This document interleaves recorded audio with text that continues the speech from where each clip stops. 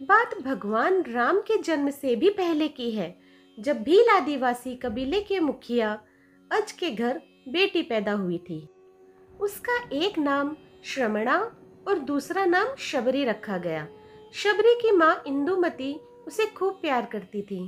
बचपन से ही शबरी पशु पक्षियों की भाषा समझकर उनसे बातें करती थी, और जब शबरी की माँ उसे देखती तो कुछ समझ ही नहीं पाती थी। कुछ समय बाद एक पंडित ने शबरी के परिवार को बताया कि वो आगे चलकर सन्यासिनी बनेगी।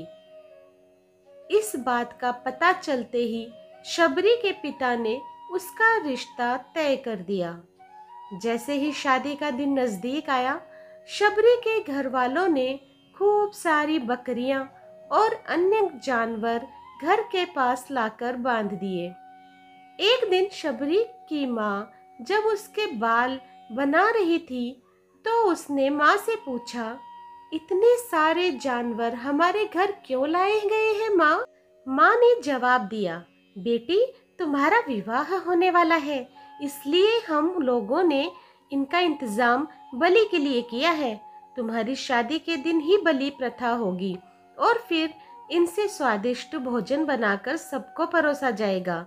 यह सब सुनकर शबरी दुखी हो गई। काफी देर तक शबरी ने उन जानवरों को आजाद करने के बारे में सोचा। सोचते सोचते शबरी के मन में हुआ कि अगर ये जानवर यहाँ नहीं होंगे तो इनकी बलि रुक सकती है। ऐसा नहीं हुआ तो मेरे घर से कहीं चले जाने पर ही यह बलि रुकेगी।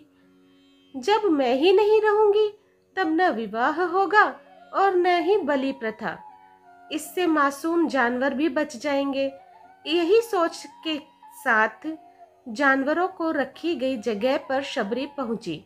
उसने सोचा कि उन्हें खोल देती हूँ, लेकिन वो ऐसा नहीं कर पाई।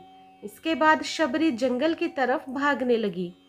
भागते भागते शबरी ऋषि मुख पर्वत पहुंची। वहां करीब 10,000 ऋषि रहा करते थे। शबरी को लगा कि वो भी इसी जंगल में किसी तरह ऋषि मुनियों की सेवा करके अपना जीवन जी लेगी। वो चुपचाप उसी जंगल में एक हिस्से में किसी तरह से रहने लगी। शबरी रोजाना ऋषि मुनियों की झोपड़ी के आगे झाड़ू लगाती और हवन के लिए लकड़ियां भी लाकर रख देती। ऋषि मुनियों को समझ नहीं आ रहा था कि जंगल में उनके काम अपने आप कैसे हो रहे हैं। एक दिन शबरी को किसी ऋषि ने देख लिया। उसे देखते ही उसका परिचय पूछा। जैसे ही शबरी ने बताया कि वो भील आदिवासी परिवार से संबंध रखती है, तो उसे ऋषियों ने खूब डांट लगाई। शबरी को इस बात का बिल्कुल भी पता नहीं था कि उसकी जाति छोटी है और उसे ऋषियों द्वारा जाति की वजह से अपमान सहना पड़ा। इतना सब होने के बाद भी शबरी हर ऋषि मुनि के दरवाजे पहुंचती और उनके आंगन में झाड़ू लगाकर उनसे गुरु दीक्षा देने के लिए कहती। हर कोई शबरी को उसकी जाति की वजह से अपने आश्रम से भगा देता था। ऐसा होते होते काफी समय बीत गया। उसके बाद शबरी मतंग ऋषि की कुटिया में पहुंची। वहां पहुंचकर मतंग ऋषि को शबरी ने बताया कि वो उनसे गुरु दीक्षा लेना चाहती है। उन्होंने खुशी खुशी उसे अपने गुरुकुल में रहने दिया और भगवान से जुड़ा ज्ञान देते रहे। शबरी ने भी अपने गुरु मतंग ऋषि की सेवा करने में कोई कसर नहीं छोड़ी। वो गुरुकुल के भी सारे काम करती थी। शबरी से खुश होकर मतंग ऋषि ने उसे बेटी मान लिया था। समय के साथ मतंग ऋषि का शरीर बूढ़ा हो गया। उन्होंने एक दिन शबरी को अपने पास बुलाया और कहा, बेटी, मैं अपना देह त्यागना चाह रहा हूँ। बहुत साल हो गए इस शरीर में रहते रहते। शबरी ने दुखी मन से कहा, आपके ही सहारे मैं इस जंगल में रह पाई हूँ। आप ही चले जाएंगे तो मैं जीकर क्या करूँगी। आप अपने संग मुझे भी ले जाइए, मैं भी देह त्याग दूंगी। मतंग ऋषि ने जवाब दिया, बेटी, तुम्हें चिंता करने की जरूरत नहीं है। राम तुम्हारी चिंता करेंगे और ध्यान भी रखेंगे। शबरी ने राम का नाम सुनने के बाद पूछा, वो कौन है और उन्हें मैं किस तरह से ढूंढूंगी? मतंग ऋषि ने बताया, राम कोई और नहीं, भगवान है। वो तुम्हें सारे अच्छे कर्मों का फल देंगे। तुम्हें उन्हें ढूंढने की कोई जरूरत नहीं है। वो एक दिन खुद तुम्हें खोजते हुए इस कुटिया में आएंगे और तुम्हें उनके हाथों ही मोक्ष मिलेगा। तब तक तुम इसी आश्रम में रहो। इतना कहते ही मतंग ऋषि ने अपना शरीर त्याग दिया। शबरी के मन में मतंग ऋषि के जाने के बाद से एक ही बात थी कि भगवान राम स्वयं उससे मिलने आएंगे।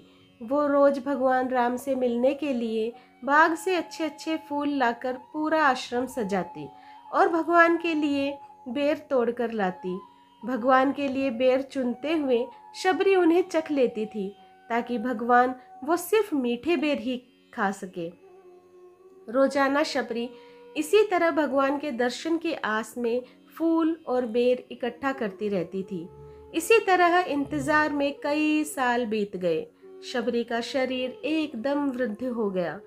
एक दिन आश्रम के पास के ही तालाब में शबरी पानी लेने के लिए गई।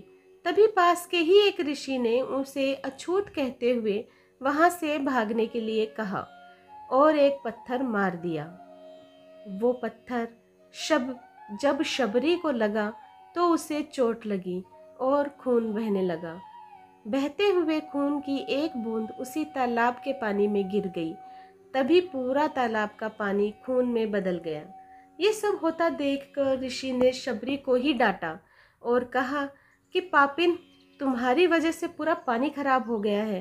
रोज ऋषि उस पानी को साफ करने के लिए अपनी कई तरह की विद्याओं का इस्तेमाल करते।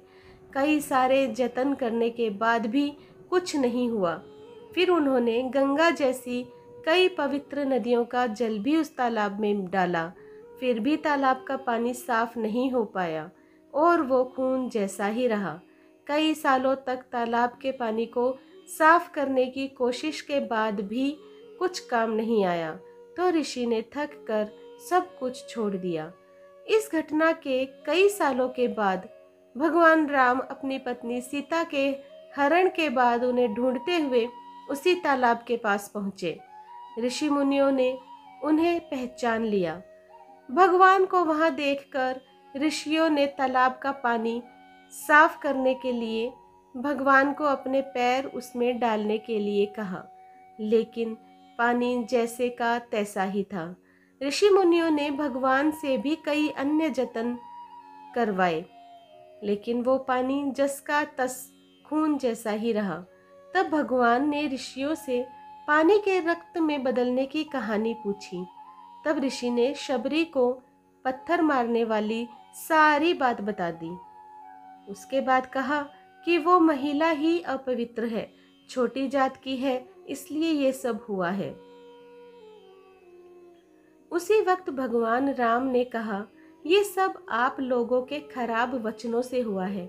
शबरी को इस तरह के शब्द बोलकर आप लोगों ने उसे नहीं बल्कि मेरे दिल को घायल किया है।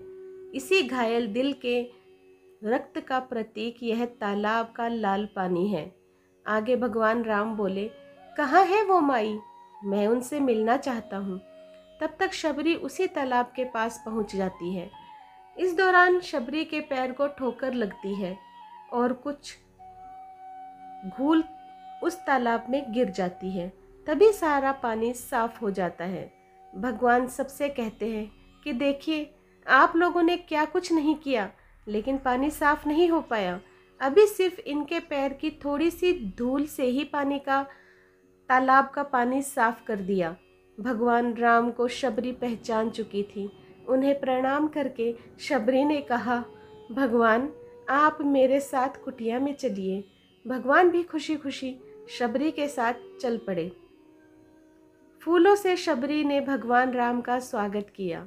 वो सीधे बेर तोड़ने के लिए भाग गई और चक चक कर उनके लिए बेर लेकर आई। उन्होंने बड़े ही प्यार से भगवान राम को, उनके भाई लक्ष्मण को बेर दिए। भगवान राम ने भी उतने ही प्यार से उन बेर को खाना शुरू किया। तभी बेर देखकर मुंह बनाते हुए लक्ष्मण ने कहा, भैया ये बेर जूठे हैं, इन्हें आप कैसे खा सकते हैं? भगवान ने जवाब दिया, लक्ष्मण ये जूठे पर नहीं बल्कि बहुत मीठे हैं। शबरी माई हम सब के लिए ये बहुत प्यार से तोड़ कर लाई है। इतना कहकर भगवान राम प्यार से उन बेर को खाने लगे। भगवान ने जाते हुए शबरी माई से कहा, आप मुझसे जो चाहे वो मांग सकती है। शबरी ने कहा, मतंग ऋषि के कहने पर मैं आज तक सिर्फ आपके दर्शन करने के लिए ही जी रही थी। अब आप मुझे मोक्ष प्रदान कीजिए। मैं अपना शरीर आपके सामने ही त्यागूंगी। उसी वक्त शबरी ने अपना शरीर त्याग दिया। भगवान राम ने अपने हाथों से शबरी का अंतिम संस्कार किया और सीता माँ की खोज में आगे बढ़ गए। इस तरह से ऋषि मतंग की बात सच साबित हुई और शबरी को भगवान राम के दर्शन भी हुए। तभी से भगवान राम को शबरी के राम भी कहा जाने लगा।